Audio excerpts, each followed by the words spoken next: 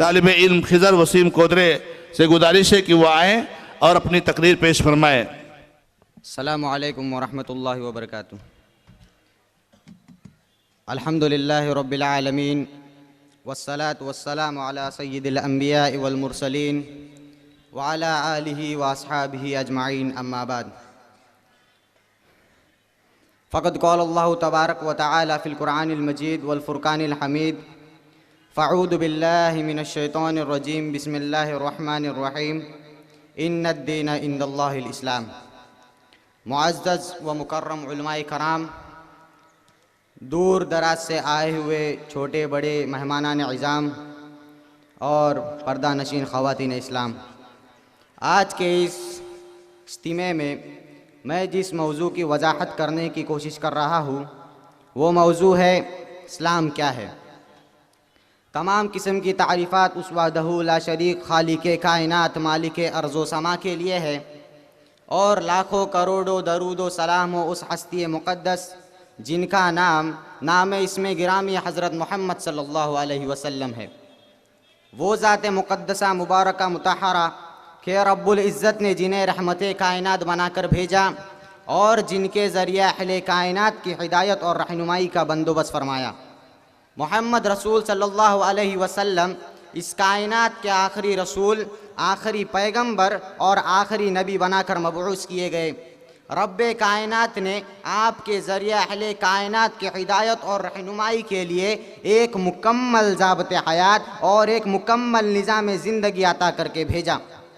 اور رسول صلی اللہ علیہ وسلم نے جو ضابطے جو نظام دنیا والوں کے سامنے پیش کیے اس کو خداوند عالم نے قرآن مجید میں اسلام سے تعبیر کیا ہے۔ فرمایا ان الدین عند اللہ الاسلام، کہ اے لوگو، سرور گرامی حضرت محمد صلی اللہ علیہ وسلم کے اس کائنات میں تشریف لے آنے کے بعد اب اگر کوئی دین قابل قبول ہے تو صرف اسلام ہے۔ میرے بھائیوں، اسلام کسے کہتے ہیں؟ اسلام یہ ایک عربی زبان کا لفظ ہے جس کا لفظی ترجمہ تسلیم کر لینا اور مان لینا ہے۔ اسی سے اسلام لانے والے کو مسلم کہا جاتا ہے۔ مسلم کا لفظ بنیادی طور پر اس اونٹ کے لیے استعمال ہوتا ہے جس کی ناک میں نکیل پڑی ہو، اس نکیل کا سرا کسی دوسرے کے ہاتھ میں ہو، یعنی وہ اونٹ نہ اپنی مرضی سے چل سکتا ہے، نہ اپنی مرضی سے بیٹھ سکتا ہے، نہ اپنی مرضی سے اٹھ سکتا ہے، بلکہ وہ اونٹ تبھی اٹھ سکتا ہے جب نکیل تھامنے والا اسے اٹھنے کو کہتا ہے، تبھی بیٹھتا ہے جب مہار تھامنے والا اسے بیٹھنے کو کہتا ہے۔ یہ لفظ اس شخص کے لیے استعمال کیا گیا ہے جس نے حضرت محمد صلی اللہ علیہ وسلم کے ذریعے لائے گئے نظام حیات کو تسلیم کیا، اس کو مسلم کہا گیا۔ معنی یہ ہے کہ اس شخص نے اپنے آپ کو کسی ایسے نظام کے تابع بنا دیا جس کی باغ ڈور، جس کی نکیل، جس کی مہار اس کے ہاتھ میں نہیں، بلکہ اس نظام کو بھیجنے والے اللہ رب العالمین کے ہاتھ میں ہے، یا اس نظام کو لانے والے رسول صلی اللہ علیہ وسلم کے ہاتھ میں ہے۔ ایک مومن، ایک مسلمان وہاں بیٹھتا ہے جہاں اللہ اور اس کے رسول اسے بیٹھنے کا حکم دیتے ہیں، وہاں ٹھہرتا ہے جہاں اللہ اور اس کے رسول اسے ٹھہرنے کا حکم دیتے ہیں، وہاں نہیں بیٹھتا جہاں اللہ اور اس کے رسول اسے بٹھانا نہیں چاہتے، وہاں نہیں ٹھہرتا جہاں اللہ اور اس کے رسول اسے ٹھہرا دیکھا پسند نہیں کرتے۔ یہ ایک مسلمان کی موٹی سی تعریف ہے۔ اسی طرح وہ شخص جو اپنے خواہشات کو اللہ اور اس کے رسول کے تابع بنا دیتا ہے اس کو مسلمان کہا گیا ہے۔ لوگوں یاد رکھو، کوئی شخص اس وقت تک مومن کہلانے کا حق نہیں رکھتا جب تک کہ اس نے اپنے خواہشات کو اللہ اور اس کے رسول کے تابع نہ بنا دیا ہو۔ مومن وہ ہے کہ جس کی اپنی کوئی مرضی نہ ہو، اس نے اپنے خواہشات کو، اپنے ارادوں کو اللہ اور اس کے رسول کے تابع بنا دیا ہو، وہ شخص تو مومن ہے۔ اور وہ شخص جو اپنے خواہشات کو، اپنے ارادوں کو، اپنے اختیارات کو اللہ اور اس کے رسول کے مقابلے میں باقی رکھتا ہو یا باقی سمجھتا ہو تو وہ شخص قرآن اور حدیث کی روح سے مومن اور مسلمان کہلانے کا کوئی حق نہیں رکھتا۔ اللہ رب العالمین نے 20ویں پارے میں ارشاد فرمایا ہے وَمَا كَانَ لِمُؤْمِنٍ وَلَا مُؤْمِنَةٍ إِذَا قَضَى اللَّهُ وَرَسُولُهُ أَمْرًا أَن يَكُونَ لَهُمُ الْخِيَرَةُ مِنْ أَمْرِهِمْ، کہ وہ شخص مومن ہے جو اپنے خواہشات کو اللہ اور اس کے رسول کے مقابلے میں ختم کر دیتا ہو، اور جو اپنے خواہشات کو اللہ اور اس کے رسول کے مقابلے میں باقی رکھتا ہو یا باقی سمجھتا ہو تو وہ شخص مومن اور مسلمان کہلانے کا کوئی حق نہیں رکھتا۔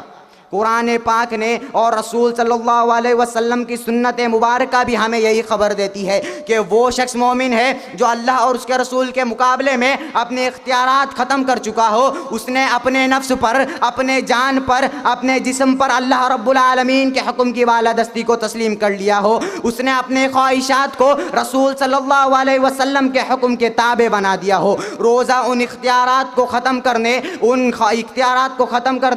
خواہشات کے کچلنے کا ایک چھوٹا سا سیمبل ہے، ایک معمولی سا نمونہ ہے. انسان کا دل کھانے کو چاہتا ہے، انسان کا دل گرمیوں کے موسم میں ٹھنڈی چیزیں پینے کو چاہتا ہے، لیکن انسان اپنے خواہشات کو، اپنے ارادوں کو اللہ اور اس کے رسول کے حکم کے تابع بنا دیتا ہے اور یہ اعلان و اظہار کرتا ہے کہ میں نے اپنے نفس پر، اپنے جان پر، اپنے جسم پر، اپنے ارادوں پر اللہ اور اس کے رسول کے حکم کو غالب کر لیا. اللہ رب العالمین نے حکم دیا کہ بھوک لگے تو کھانا نہ کھاؤ، پیاس لگے تو پانی نہ پیو، گرمی لگے تو برداشت کرو اور صبر کرو. حرام خواہشات تو حرام خواہشات، حلال خواہشات کو بھی ترک کر دو. میرے بھائیوں، روزہ ترک حلال کا نام ہے، حرام ترک کا نام روزہ نہیں ہے. روزہ کہتے ہیں حلال ترک کرنے کو. حرام ترک کرنا ایک مومن اور ایک مسلمان کے لیے عام دنوں میں بھی اتنا ہی ضروری ہے جتنا کہ رمضان المبارک کے مہینے میں ہے. روزہ کہتے ہیں ترک حلال کو، حرام ترک کو روزہ نہیں کہتے. کھانا حلال ہے، پینا حلال ہے، خواہشات کو صحیح طریقے پر ادا کرنا حلال ہے، لیکن انسان اپنے آپ کو اللہ اور اس کے رسول کے مرضی کے تابع بنا کر حلال کو بھی ترک کرتا ہے. حرام سے اجتناب تو بڑی بات ہے، وہ انسان کو تربیت دینے کے لیے مظہر ہے کہ دیکھو مسلمان کسے کہتے ہیں. مسلمان اس کو کہتے ہیں جو اللہ اور اس کے رسول اسے حکم دے کہ چل پڑو تو چل پڑے، یہ سوال نہ کرے کہ یہاں چلنا مناسب ہے کہ نہیں ہے. اللہ اور اس کے رسول اسے حکم دے کہ ٹھہر جاؤ تو ٹھہر جائے، یہ سوال نہ کرے کہ یہاں ٹھہرنا مناسب ہے کہ نہیں ہے. اذا قضى الله ورسوله امرا ان يكون لهم الخيرة من امرهم، کہ ایک مومن، ایک مسلمان جو اپنے خواہشات کو اللہ اور اس کے رسول کے مقابلے میں ختم کر چکا ہو. اس بات کی روشنی میں ہمیں اپنی زندگی کا محاسبہ کرنا چاہیے. ہمیں دیکھنا چاہیے کہ ہمارا طرز عمل، ہماری بود و باشت، ہماری نشست و برخاست، ہمارا چلنا پھرنا، ہمارا سونا جاگنا، ہمارا اٹھنا بیٹھنا، ہمارا کھانا پینا اللہ اور اس کے رسول کے احکام کے مطابق ہے یا نہیں. اگر یہ سب کچھ اللہ اور اس کے رسول کے احکام کے مطابق ہے تو ہمیں اسلام مبارک ہو، ہمارا مسلمان ہونا بابرکت ہو. لیکن اٹھتے بیٹھتے اپنی مرضی سے، سوتے جاگتے اپنی خواہش سے، چلتے پھرتے اپنے ارادے سے، تو یہ بات یاد رکھو کہ ہم پر مومن اور مسلمان لفظ کا اطلاق کرنا جائز نہیں ہے. رسول صلی اللہ علیہ وسلم نے زبان کو غیبت اور چغلی سے روکا ہے. رب العزت نے قدموں کو برائی کی طرف بڑھانے سے روکا ہے. رب کائنات نے دل اور دماغ کو شیطان کی آماجگاہ بنانے سے روکا ہے. رسول صلی اللہ علیہ وسلم نے جذبات کو ناجائز چیزوں کو گوارا بنانے سے روکا ہے. اگر ہم یہ سب کچھ نہیں کرتے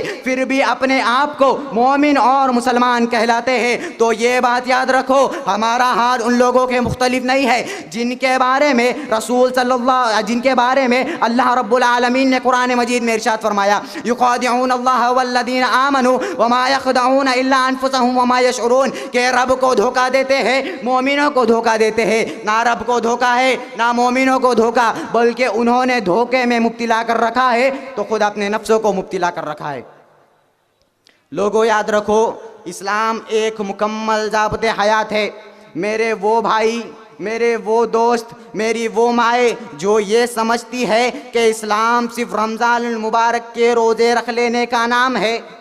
11 مہینے پوری آزادی ہے، جیسا دل میں آئے کرے، جیسا جی میں آئے نہ کرے، رمضان المبارک کے روزے رکھ لے اور دن جیسا جی میں آئے گزار دے اور راتیں جیسا جی میں آئے بتائے. انہوں نے اسلام کو سمجھا ہی نہیں ہے، انہوں نے ایمان کو سمجھا ہی نہیں ہے. قیامت کے دن ان کے روزے ان کو کوئی فائدہ نہیں پہنچا سکتے. اس شخص کا کوئی روزہ نہیں ہے جو 11 مہینے اللہ رب العالمین کے حکم کی مخالفت کرتا ہے. ایک مہینہ یعنی رمضان المبارک کے مہینے کے روزے رکھ کر یہ سمجھ لیتا ہے کہ میں جنتی ہو گیا ہوں، میں مسلمان اور مومن ہو گیا ہوں، تو یہ اس کی سب سے بڑی بھول ہے، کیونکہ اس نے اسلام کو ایک ادھورا دین سمجھ لیا ہے. کہ 11 مہینے تو اس کا کوئی تعلق نہیں رہتا، ایک مہینہ یعنی رمضان المبارک کے مہینے میں اس کا تعلق پیدا ہو جاتا ہے، یہ انتہائی غلط سوچ اور غلط فکر کا نتیجہ ہے۔ میرے بھائیوں، ایک مومن وہ ہے جو 12 مہینے اللہ رب العالمین کے حکم کے مطابق اور رسول صلی اللہ علیہ وسلم کی مرضی کے مطابق زندگی گزارتا ہے، اور جو 11 مہینے رسول صلی اللہ علیہ وسلم کے فرمان کی مخالفت اور اللہ رب العالمین کے فرمان کی روگردانی میں زندگی گزارتا ہے، تو وہ مومن اور مسلمان کہلانے کا کوئی حق نہیں رکھتا۔ رمضان المبارک کے روزے اس کو کوئی فائدہ نہیں پہنچا سکتے۔ رمضان المبارک کا مہینہ مسلمانوں اور مومنوں کے لیے باعث رحمت بنا کر بھیجا گیا ہے۔ جو مومن نہیں ہے، جو مسلمان نہیں ہے، رمضان المبارک کا مہینہ ان کو کوئی فائدہ نہیں پہنچا سکتا۔ اس کی مثال موسم بہار کی مثال کی طرح ہے کہ موسم بہار میں بارش برستی ہے، بادل امٹتے ہیں، خوشگوار ہوائیں چلتی ہے، لیکن اس سے سب زمین کو فائدہ نہیں پہنچتا، اس سے ہر زمین تر و تازہ نہیں ہوتی، ہر زمین پر سبزہ ظاہر نہیں اگتا، بلکہ صرف اس زمین کو فائدہ پہنچتا ہے جو فصلوں کی قابلیت رکھتی ہے۔ رسول صلی اللہ علیہ وسلم نے انسان کے دلوں کو زمینوں سے تشبیہ دی ہے، فرمایا کہ ایک کافر کا دل اس بنجر زمین کی طرح ہے جس پر مہینوں بارش برس جائے، اس زمین کو کوئی فائدہ نہیں پہنچتا۔ فرمایا ایک منافق کا دل اس زمین کی طرح ہے جس میں گڑھے پڑے ہوئے ہو، وہ زمین بارش کا پانی اپنے اندر جمع تو کر لیتی ہے، لیکن اور جانور اس سے پانی پی کر اپنی پیاس تو بجھا لیتے ہیں، لیکن وہ زمین اس سے اپنے آپ کو کوئی فائدہ نہیں پہنچا سکتی۔ رسول صلی اللہ علیہ وسلم نے فرمایا کہ ایک مومن اور ایک مسلمان کا دل اس سبزہ زار زمین کی طرح ہے کہ جو پیاسے آسمان کی نگاہیں اٹھا کر دیکھتی رہتی ہے کہ کب رب کی رحمت کا قطرہ برسے، کب اسے اپنے اندر جذب کر کے اپنے خیر و برکات کو اگل دے تاکہ ساری کائنات اس سے مستفید ہو سکے۔ بعین ہی یہ ایک مومن کا دل ہے۔ موسم بہار یعنی رمضان المبارک کا مہینہ آتا ہے، اس دل کو سرسبز و شاداب کر کر چلا جاتا ہے، لیکن اگر دل رسول کا باغی ہے، اگر دل رسول کا نافرمان ہے، تو اس دل کو رمضان المبارک کا مہینہ کوئی فائدہ نہیں پہنچا سکتا۔ وہ شخص جو 11 مہینے نماز ادا نہیں کرتا، 11 مہینے رسول صلی اللہ علیہ وسلم کے فرمان کی مخالفت کرتا ہے، اس کو رمضان المبارک کے مہینے کا کوئی ثواب نہیں ہے۔ ہاں ثواب اس کو ہے جس نے رمضان المبارک کے روزے رکھے اور اپنی اگلی زندگی کو اللہ اور اس کے رسول کے احکام کے مطابق ڈھالنے کی کوشش کی، جس نے ارادہ کیا کہ اب تک جو غلطی ہو گئی سو ہو گئی، اب تک جو بھول ہو گئی سو ہو گئی، اب تک جو خطائیں ہو گئی سو ہو گئی، اب اگر زندگی گزاروں گا تو اللہ اور اس کے احکام کے مطابق گزاروں گا۔ اور اس نے رمضان المبارک کے روزوں کو ہی فرض نہیں سمجھا، بلکہ اسلام کی سب سے اول شرط اللہ کی توحید میں خلل نہ ڈالا جائے، رسول صلی اللہ علیہ وسلم کو اپنا امام، اپنا ہادی، اپنا رہنما تسلیم کر لیا جائے۔ جس طرح رب کی توحید میں، رب کی الوہیت میں، رب کی ربوبیت میں کسی کو شریک نہیں ٹھہرایا جاتا، اسی طرح رسول صلی اللہ علیہ وسلم کی امامت و رسالت و نبوت میں کسی کو شریک نہ ٹھہرایا جائے، اور اس بات کا عقیدہ رکھا جائے کہ پوری کائنات میں کوئی بھی ایسا شخص نہیں ہے جس کی بات رسول صلی اللہ علیہ وسلم کی بات سے زیادہ حیثیت رکھتی ہو۔ ایک انسان اللہ کی توحید، اللہ کی وحدانیت کا قائل ہے، اللہ کی ربوبیت کو مانتا ہے، اللہ کی الوہیت کو تسلیم کرتا ہے، لیکن رسول صلی اللہ علیہ وسلم کی رسالت میں شرک کا ارتکاب کرتا ہے۔ کس طرح کلمہ تو مدینے والوں کا پڑھتا ہے، فرمان کسی اور کا مانتا ہے، حکم کسی اور کا تسلیم کرتا ہے، اس نے رسول صلی اللہ علیہ وسلم کی رسالت میں شرک کا ارتکاب کیا۔ جو شخص اپنی رہنمائی کے لیے مدینے کو چھوڑ کر کسی اور بستی کی طرف دیکھتا ہے، اس نے رسول صلی اللہ علیہ وسلم کی رسالت کو صحیح معنوں میں تسلیم نہیں کیا، چاہے وہ بستی بصرے کی ہو، چاہے وہ بستی کوفے کی ہو، چاہے وہ بغداد کی ہو، چاہے وہ شام کی ہو، چاہے وہ ہندوستان کی ہو۔ جو اپنی دینی رہنمائی کے لیے مدینے کو چھوڑ کر کسی اور بستی کی طرف دیکھتا ہے، اس کا اسلام درست نہیں ہے، اس نے رسول صلی اللہ علیہ وسلم کی رسالت کو صحیح معنوں میں تسلیم نہیں کیا۔ تسلیم اس نے کیا جس نے اپنی دینی رہنمائی کے لیے دیکھا تو عرش والے کے قرآن کی طرف دیکھا، اپنے دینی رہنمائی کے لیے دیکھا تو مدینے والے کے فرمان کی طرف دیکھا۔ جو شخص ان دونوں چیزوں کو چھوڑ کر کسی بڑے سے بڑے شخص، کسی بڑے سے بڑے عالم، کسی بڑے سے بڑے بزرگ کی طرف دیکھتا ہے تو رب کعبہ کی قسم وہ نہ مومن ہے اور نہ مسلمان ہے۔ اور ساتھ ہی ساتھ یہ بھی عقیدہ درست کر لو کہ اسلام کے کسی معاملے میں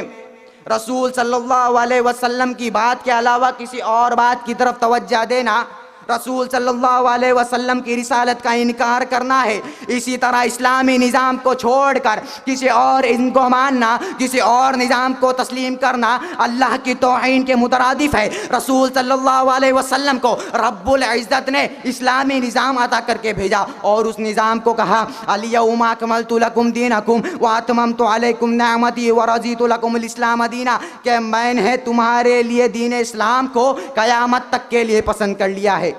تم سوچتے ہو کہ 11 مہینے نماز نہ پڑھو کوئی بات نہیں، رمضان المبارک کے روزے رکھ لو، زکوٰۃ نہ دو کوئی بات نہیں، یاد رکھو کہ وہ شخص جنت کی خوشبو بھی نہیں سونگھ سکتا، جنت میں صرف وہی جائے گا، اللہ کے عرش کے نیچے سایہ صرف وہی پائے گا، رسول صلی اللہ علیہ وسلم کے ہاتھ سے کوثر کا جام وہی پیے گا، رسول صلی اللہ علیہ وسلم کی معیت میں جنت الفردوس میں وہی داخل ہوگا جس نے اسلام کو صحیح معنوں میں تسلیم کیا۔ اب آخر میں اللہ رب العالمین سے دعا ہے کہ اللہ تبارک و تعالی ہمیں اسلام کو مکمل طور پر تسلیم کرنے کی توفیق عطا فرما، آمین، اور سننے سے زیادہ عمل کرنے کی توفیق عطا فرما، آمین، وآخر الدعوانا ان الحمدللہ رب العالمین، والسلام علیکم ورحمۃ اللہ وبرکاتہ۔ یہ تھے خضر وسیم کودرے جو جامعہ محمدیہ محصلہ کی 4تھی جماعت کے طالب علم ہیں۔ ماشاءاللہ آپ نے ان کی تقریر سنی اور اس سے آپ نے اندازہ لگا لیا ہوگا کہ ہمارا جو یہ جامعہ جو کوکن کا اکلوتا ادارہ ہے اور جامعہ ہے، اساتذہ کرام ذمہ داران کس طریقے سے بچوں کے لیے محنت کرتے ہیں۔ اللہ تعالیٰ اس کو دن دونی رات چوگنی ترقی عطا فرمائے۔